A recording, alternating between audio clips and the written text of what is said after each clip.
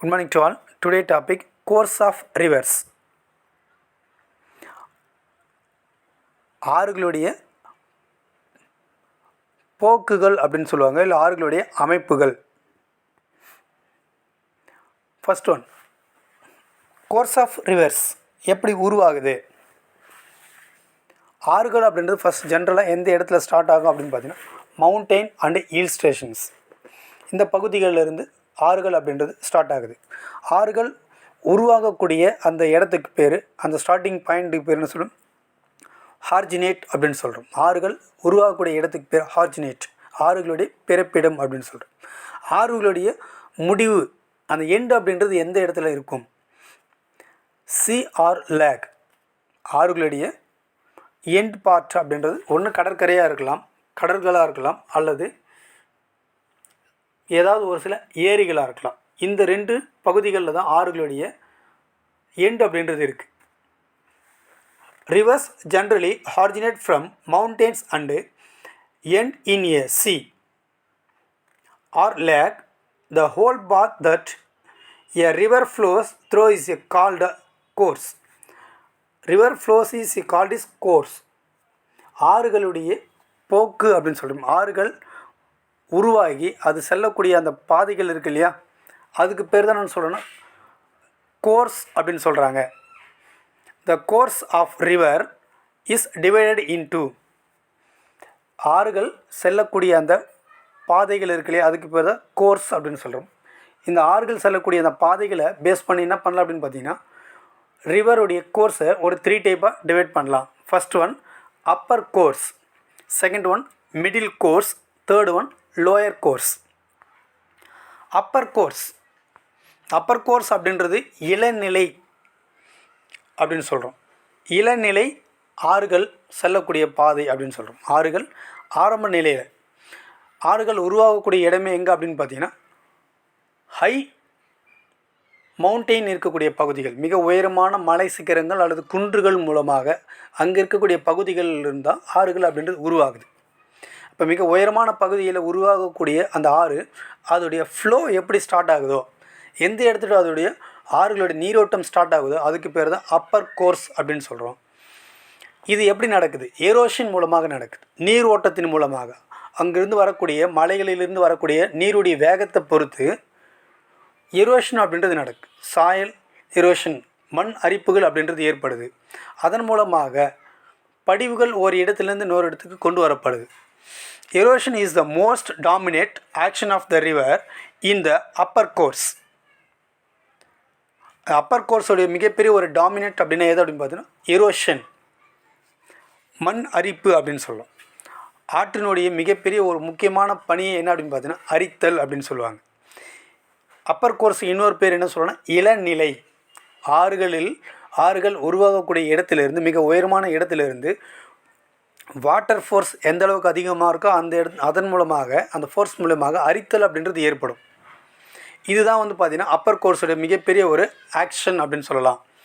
In this course a river usually tumbles down the steep of mountain slopes.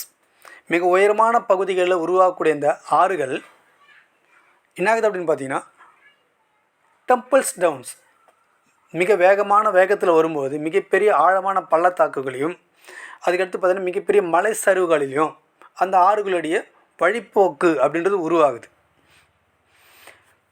The steep gradient increase the velocity and the river canal perform erosion with great force to widen and deepen its valley. அந்த water ஃபோர்ஸில் இருக்கக்கூடிய velocity, சுழற்சி வேகம் இருக்கு இல்லையா, அந்த ரிவர்லேருந்து வரக்கூடிய அந்த நீருடைய சுழற்சி வேகத்தை பொறுத்து மிகப்பெரிய டீப்லி வெலோசிட்டி, மிகப்பெரிய அளவில் என்ன ஆகுது அப்படின்னு பார்த்தீங்கன்னா மிகப்பெரிய ஆழமான பள்ளத்தாக்குகளை ஏற்படுது. பள்ளத்தாக்குகள் அப்படின்னா என்ன? வேலி அப்படின்னு சொல்கிறோம். இது நமக்கு எல்லாருக்குமே ஜென்ரலாக தெரியும். ஒரு ஃபால்ஸ் இருக்குது அப்படின்னா அந்த ஃபால்ஸ்லேருந்து வரக்கூடிய அந்த வாட்டர் என்ன பண்ணுது அப்படின்னு பார்த்தீங்கன்னா மிக உயரமான பகுதிகளிலிருந்து வரக்கூடிய அந்த ஃபால்ஸ் மலையுடைய சரிவுகள், ஸ்லோப்பிங்ஸ் மூலமாக எர்த்தை என்ன பண்ணுன்னா ரீச் ஆகுது. பர்டிகுலராக பார்த்தீங்கன்னா எர்த்துடைய சர்ஃபேஸை ரீச் ஆகும்போது மிகப்பெரிய அளவில் ஆழமான பள்ளத்தாக்குகளை ஏற்படுத்தலாம். இல்லை மிகப்பெரிய கேனல்ஸை ஏற்படுத்தலாம். அந்த கேனல்ஸ் அல்லது பள்ளத்தாக்குகள் மிக அகலமான பள்ளத்தாக்குகளாக இருக்கலாம், ஆழமான பள்ளத்தாக்குகளாக இருக்கலாம், மிகப்பெரிய கால்வாய்களாக உருவாகலாம். அது மேக்ஸிமம் என்ன ஷேப்பில் இருக்கும் அப்படின்னு பார்த்தீங்கன்னா ஒரு வி ஷேப்பில் இருக்கக்கூடிய ஒரு பகுதிகளை உருவாக்கும். ஏன் அப்படின்னா 2 விதமான மலைப்பகுதிகளுக்கு இடையில் அந்த ரிவருடைய வாட்டர் ஃப்ளோ இருக்கும்பொழுது, ரிவரில் வரக்கூடிய அந்த ஃப்ளோவுடைய வெலோசிட்டி அதிகமாக இருக்கும்பொழுது, நீருடைய வேகத்தன்மை அதிகமாக இருக்கும்பொழுது அதோடைய வேகத்தின் மூலமாக பல அரிப்புகள் ஏற்படுத்தப்பட்டு அதன் மூலமாக ஆழமான பள்ளத்தாக்குகளோ அல்லது ஆழமான கால்வாய்களோ ஒரு வி ஷேப்பில் உருவாகும். The land features curved by river. It is upper course, V-shaped valleys, gorges, canyons, rapids, potholes, spurs and waterfalls. ஆறுகள் உருவாகலாம், வாட்டர் ஃபால்ஸ் உருவாகலாம். அதுக்கடுத்து பார்த்தீங்கன்னா பாட் ஹோல்ஸ் அப்படின்னு சொல்லுவாங்க. பாறைகள் இடையில் சின்ன சின்ன ஹோல் மூலமாக பார்த்தீங்கன்னா வாட்டர் ஃப்ளோஸ் அப்படின்றது ஏற்படலாம். நெக்ஸ்ட் ஒன் கால்வாய்கள் ஏற்படலாம், பள்ளத்தாக்குகள் ஏற்படலாம். நெக்ஸ்ட் ஒன்று குறுகிய பள்ளத்தாக்குகள் அப்படின்னு சொல்லுவாங்க. கார்ஜஸ், துள்ளல். நெக்ஸ்ட் ஒன் ரேப்பிட்ஸ் அப்படின்னா குடல் குழிகள் அப்படின்னு சொல்லுவாங்க. ஒரு விதமான வளைவான சில என்னாகும் அப்படின்னு பார்த்தீங்கன்னா குழிகள் அப்படின்றது உருவாகும். இது எல்லாமே எதனால் உருவாகுது அப்படின்னு பார்த்தீங்கன்னா அப்பர் கோர்ஸ் மூலமாக உருவாகுது. Next one middle course. Middle course அப்படின்னா என்ன? முதிர்நிலை அப்படின்னு சொல்கிறோம். இந்த முதிர்நிலையின் மூலமாக என்ன நடக்குது அப்படின்னு பார்த்தீங்கன்னா இதோட மெயின் மோட்டிவே என்ன அப்படின்னு பார்த்தீங்கன்னா பலவிதமான ஆறுகள் இந்த இடத்துல ஜாயிண்ட் ஆகுது. ஒரு பெரிய ரிவர் உருவாகுது. அந்த ரிவர் ஸ்லோப்பிங்ஸ் மூலமாக மலை சரிவின் மூலமாக என்ன ஆகுது அப்படின்னு பார்த்தீங்கன்னா எர்த்துடைய சர்ஃபேஸை ரீச் ஆகும்போது அந்த இடத்துல பல பிரான்ச்சஸ் ஆன ரிவர்ஸ் மிகப்பெரிய ஆறோடு இணையும் பொழுது மிகப்பெரிய அளவில் வாட்டர் ஃப்ளோஸ் உருவாகும். அந்த வாட்டர் ஃப்ளோஸ் உருவாகும்போது அந்த மலைகளிலிருந்து கொண்டு வரப்படக்கூடிய படிவுகள் அப்படின்னு சொல்லக்கூடிய அரித்தல் மூலம் ஏற்படக்கூடிய எரோஷன் மூலம் ஏற்படக்கூடிய சாயலாக இருக்கலாம், இல்லை மற்ற பொருட்களாக இருக்கலாம், நீரோட்டத்தின் மூலமாக எடுத்து கொண்டு வரப்படக்கூடிய அந்த மெட்டீரியல் என்ன ஆகுது அப்படின்னு பார்த்தீங்கன்னா எந்த இடத்துல வாட்டரோடைய ஸ்பீடு குறையுதோ அந்த இடத்துல என்ன பார்த்தீங்கன்னா டெபாசிட் செய்ய வைக்கும். The river enter the plain in it's middle course. Plains அப்படின்னா என்ன? சமவெளிகள். ரிவர் எந்த இடத்துல பிளைன்ஸை என்ட்ரு ஆகுதோ ரீச் ஆகுதோ அந்த இடத்துக்கு பேர் தான் மிடில் கோர்ஸ் அப்படின்னு சொல்கிறோம். அதாவது மலைப்பகுதிகளை விட்டு சமவெளி பகுதியை ரீச் ஆகும்போது அந்த இடத்துக்கு பேர் தான் middle course. The volume of water increase with the confluence of many tributaries. Many ட்ரிபியூட்டரிஸ்னால் பல கிளை ஆறுகள் ஒரு முதன்மையான ஆறுகளோடு இணையும் பொழுது வாட்டர் ஃப்ளோஸ் அப்படின்றது அந்த இடத்துல அதிகமாகும். Tributaries and thus increase in the load of the river. Thus, predominant action of rivers transportation. Deposition also occurs due to the sudden decrease in velocity.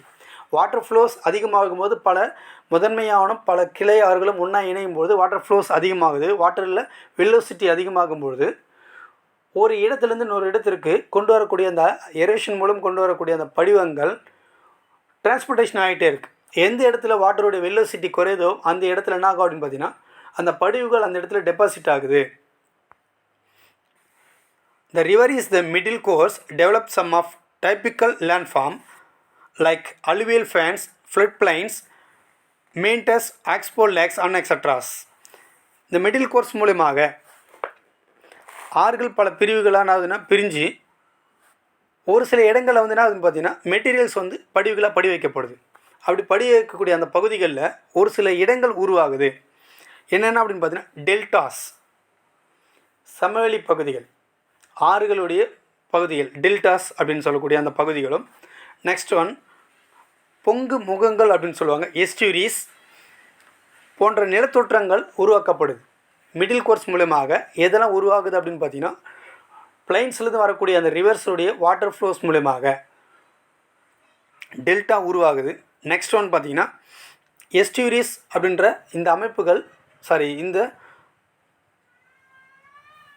Alluvial fans, flood plains, meanders, oxbow lakes and extras இந்த வகையான பகுதிகளெலாம் எதாவது உருவாக்கப்படுது அப்படின்னு பார்த்தீங்கன்னா இந்த plains மூலமாக உருவாக்கப்படுது. Third one the lower course. Lower course அப்படின்னா என்ன அப்படின்னு பார்த்தீங்கன்னா மிகவும் குறுகிய நிலையில், இதுக்கு பேர் சொன்ன மூப்பு நிலை அப்படின்னு சொல்லுவாங்க. த லோயர் கோர்ஸ், இளநிலை மற்றும் முதிர்நிலை. ஃபஸ்ட்டு ஸ்டேஜ்லேயும் அப்பர் கோர்ஸ்லேயும் செகண்ட் ஒன் மிடில் கோர்ஸ்லேயும் கொண்டு வரக்கூடிய எரோவேஷன் மூலமாக கொண்டு வரக்கூடிய அந்த படிவங்கள் இருக்குல்லையே மெட்டீரியல்ஸ், அந்த மெட்டீரியல்ஸ் வந்து என்ன ஆகுதுன்னு பார்த்தீங்கன்னா பிளைன்ஸில் வந்து கொண்டு வரப்படுது. அந்த இடங்களில் வந்து தாழ்வான பகுதிகளில் வந்து படி வைக்கப்படுது. அந்த தாழ்வான பகுதிகளில் படி வைக்கக்கூடிய அந்த இடத்தின் மூலமாக என்னென்னலாம் உருவாகுது அப்படின்னு பார்த்தீங்கன்னா டெல்டாஸ் அப்படின்ற சமவெளி பகுதியில் உருவாகுது. லோயர் கோர்ஸ் அப்படின்னா என்ன? லோயர் கோர்ஸ் அப்படின்றது மிகவும் தாழ்வான பகுதியில் அப்பர் கோர்ஸ் மூலமாக மிடில் கோர்ஸ் மூலமாக கொண்டு வரப்படக்கூடிய மெட்டீரியல்ஸ் அந்த இடத்துல டெபாசிட் ஆகிறதுக்கு பேர் தான் லோயர் கோர்ஸ் அப்படின்னு சொல்கிறோம். இந்த லோயர் கோர்ஸில் வாட்டருடைய லெவல் அப்படின்றது ரொம்ப ரொம்ப குறைவாக இருக்கும். The river moving downstream across a broad level plain is loaded with debris brown down from its upper and middle course. Large deposits of sediment are found at the level bed and the river split into a number of canals called distributaries.